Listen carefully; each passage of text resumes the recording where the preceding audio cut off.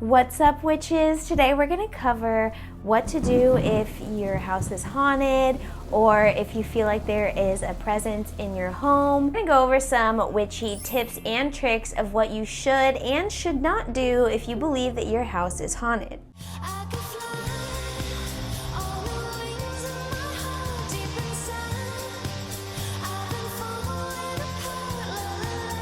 Be sure to like, comment, and subscribe if you like the way that I do things around the craft. 9 times out of 10, it's just residual energy left behind from previous tenants or something traumatic that maybe happened there. Sometimes it's a conscious spirit, so someone that is making the conscious decision to show themselves to you instead of something like on a loop.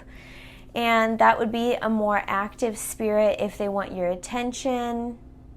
But we're just going to be covering just the run-of-the-mill hauntings, maybe a little bit negative, but nothing that is a D word, if you know what I'm talking about. And let me know if you want me to make a more in-depth cleansing video, if it's a really negative entity. I noticed a lot of people moving into the suburbs have experienced hauntings, and they're like, this is crazy, nobody's ever lived here, blah, blah, blah.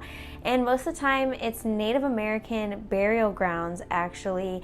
So that would explain it if you have a newly developed property, because some contractors, have been documented to find remains of Native American burial grounds and just continue building on top of it. If you feel like it's a Native American situation, I would research the local tribes around the area and bring in familiar things, or apologize and make the presence known that their area was disrupted. We do know one thing. We know that the presence is trying to make itself known or get attention from you.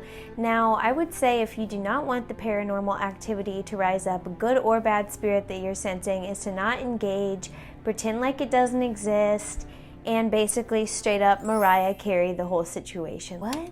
Door closed? Oh, must be drafty in here. I've done house blessings for people locally, and they had a negative energy that resided in their bedroom, but they would try to catch it on camera, play around with it, tell their friends, and that was just giving it more and more energy.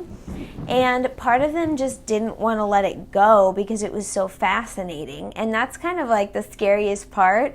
So make sure that you're not playing with it or entertaining it in any type of way. Treating it like a bad dog or an ill-mannered child, you don't really want to reward that negative behavior. And you also want to assert yourself to be the more spiritually dominant person. A lot of people forget that we also have souls within our bodies. So we can be just as much of a claim to the space as this other entity does have. You just have to be very stern with the presence. And I told this couple when I cleansed their house that they would never get rid of it if they kept playing with it and trying to get it on camera. And you may be asking, gettingwitchywittit, what do we do if our house is haunted? We can't just ignore it forever. So some really great physical ways is just keeping your space clean, especially with the broom. Placing amethyst in the corners of your house to change up the energy. If you had a space where maybe somebody passed away, keeping their room like that, the presence would be more likely to come back. But it's important to switch up the space. Physical changes to the space. Painting a room with a weird juju energy works for me every time. Remodeling, rearranging the furniture, anything to change it up and kind of put your energy on it helps more than anything.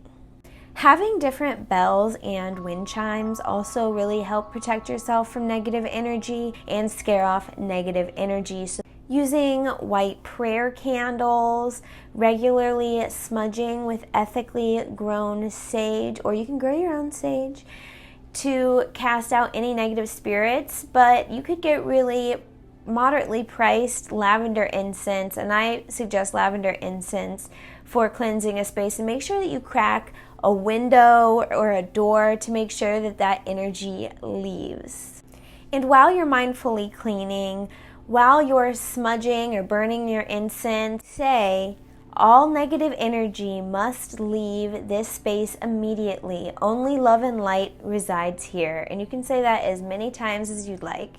I had many haunted house situations, and one time I just had enough. It was just a very active bathroom, so I burnt a mixture of herbs and I was saying my prayers. While I was burning the herb mixture, the garage doors were shaking back and forth, and I saw a shadow behind me as I was casting it out.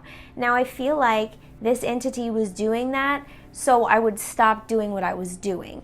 So if you're using a prayer or a spell and you're doing something and you get a reaction that's negative from the spirit, do not stop. Continue with your cleansing process. It's like an antibiotic. You can't just stop midway through or it'll kind of get more of a resistance to it.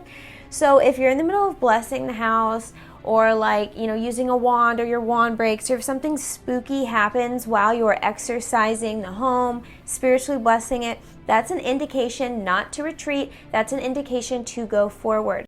And I know that this sounds corny, but you kind of have to believe in yourself, as corny as that sounds. The ruby slippers were on her feet this whole time, so we all have the power to cast out a negative energy, and we all have that magic deep down inside us. It's just important for us to really know that. Negative energies really do feed off of fear. It's like their food. So it's really important to have all your spiritual supplies. Do whatever makes you feel good. Bring along some coven sisters or mates or some friends with you to do this exorcism together. That's why people like priests and shamans to come in, because it makes them feel strong too, even though we have all of these abilities inside of us. All right, witches, well, that about sums up our time today. Thank you for dropping in.